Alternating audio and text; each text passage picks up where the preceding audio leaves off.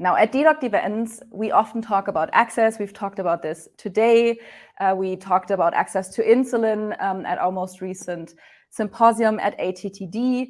And for those people who are privileged enough to have access to insulin, the next step that they are fighting for in many cases is access to CGM.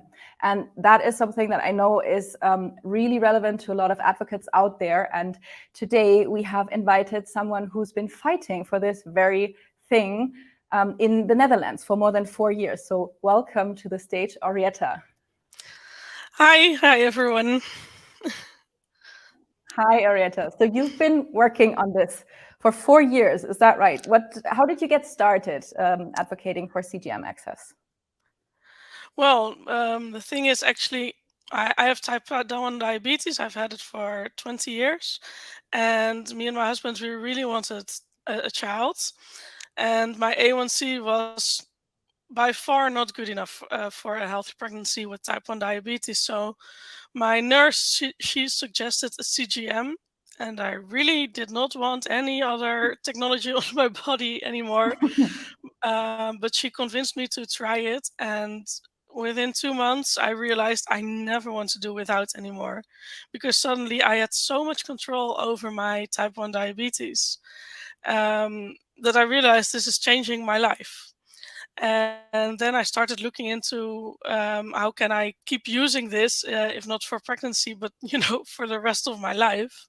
And then I found out that it's not covered by insurance in the Netherlands. There were only a few hundred people in the Netherlands who could use any kind of CGM back then. And out of 120,000, so a few hundred is very, very low.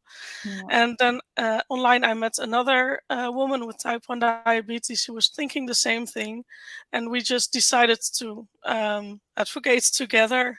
And we started a petition. We started talking to a lot of members of parliament. We had a lot of we were in newspapers and on TV a lot. So we really had a lot of momentum at that moment. Which led to the Freestyle Libre 1 and 2 being covered by health insurance for everyone with type 1, and also for people with other types of diabetes who use insulin 4 times a day. So I'm actually very proud of that. That's a really big achievement, yeah. Yes, thank you. But, the problem obviously is there's also RT-CGM, all the other types of CGMs, which are still not covered by insurance in the Netherlands, which is pretty hard to defeat at this moment, because what I'm encountering is that both health insurers and doctors are saying, well, you have a Freestyle Libre, so it's fine now. So that's the biggest challenge now. Yeah. But you want access to real-time CGMs, and you want choice. Obviously, you want to be able to choose the product that is working best for you. I understand that. So you're going to keep fighting. Do you have any wisdom to share? Because I know a lot of people out there are fighting for the same thing in their countries. Yes. Well, there are two things that I think are very important. The first thing is that when you want to advocate, then you should figure out who actually makes the decisions, because it usually isn't the public figure that you think it is, but it's some kind of institution behind the person, and they are being influenced by a lot of organizations and people. So you need to find them, and that can be kind of hard to figure out, but you can figure it out. That's the first thing. And the second thing is kind of a harsh truth, and that is that we actually have to do it ourselves. We really have to advocate for it ourselves, and we cannot wait for the big diabetes organizations that are supposed to advocate for us, and we cannot wait for a health ministry to do it for us, because a lot of people don't really realize the impact of type 1 diabetes. And a lot of organizations really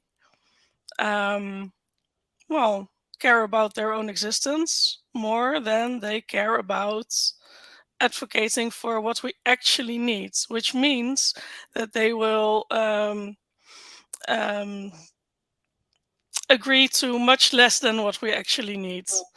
And that's what I found is big difference between advocates from within our own community and advocates from official organizations. We know what we actually need, and that is what we are fighting for.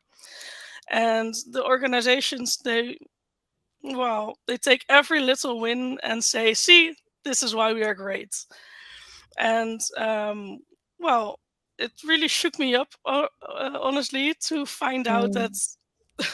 well, maybe I was a little bit naive, but that is how the world works. So, well, most important thing is we have to advocate for ourselves, but we are obviously not alone. We are a very big community. There are Yeah, lots we of are. people with diabetes who want to advocate and who can do this and who want to share their stories. And so that's also very um, well, empowering as well. Yeah. And Yeah. I guess the point that you're raising, you're not alone, is also really important because you're in this for the long run and this work is exhausting. Do you have any tips for that? Oh, maybe I can use some tips, honestly. Oh, well, yeah. Well, when I started this together with Loes Heijmans from the Mhm. Netherlands, we Also never dedoc thought. voice. Yes, exactly. Well, we never said that.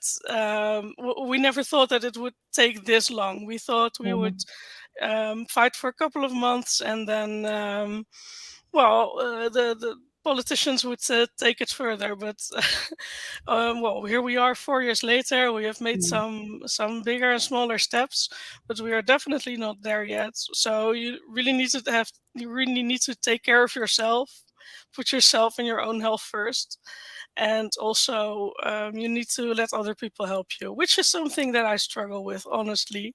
But it's very important that you don't do it. I can Don't relate try to to do that. it all by yourself. Yeah. Yes, I Yeah, can because imagine. diabetes advocacy burnout is a real thing. And I think Yes, a lot of people out there have been fighting, some of them alone, some of them with others for a long time. And it is important to take breaks and try and do this together. Yeah. yes, and in the least, you need someone to vent to. Yeah. Agreed. Well, it was lovely to have you here venting to lots of people watching from around the world. I know that this was really inspiring for lots of people. We can see that in the comments as well. So you keep up your fight, and hopefully you'll be back someday soon with even more success stories to share with us. Thank you, Orietta. Thank you for having me.